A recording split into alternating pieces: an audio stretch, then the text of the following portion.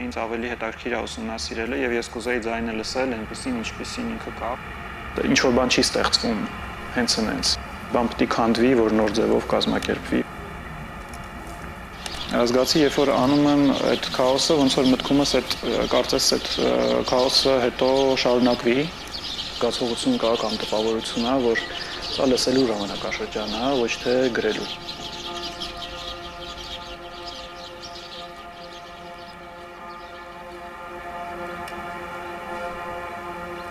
Որտեղ է ավարտվում երաժշտությունը եւ սկսվում աղմուկը։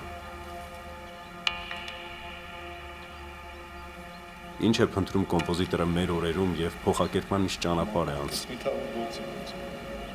Այս հարցերի մասին ենք զրուցել կոմպոզիտոր Վարդան Հարությունյանի հետ ու ծանոթացել նրա որոնումների ընթացքին։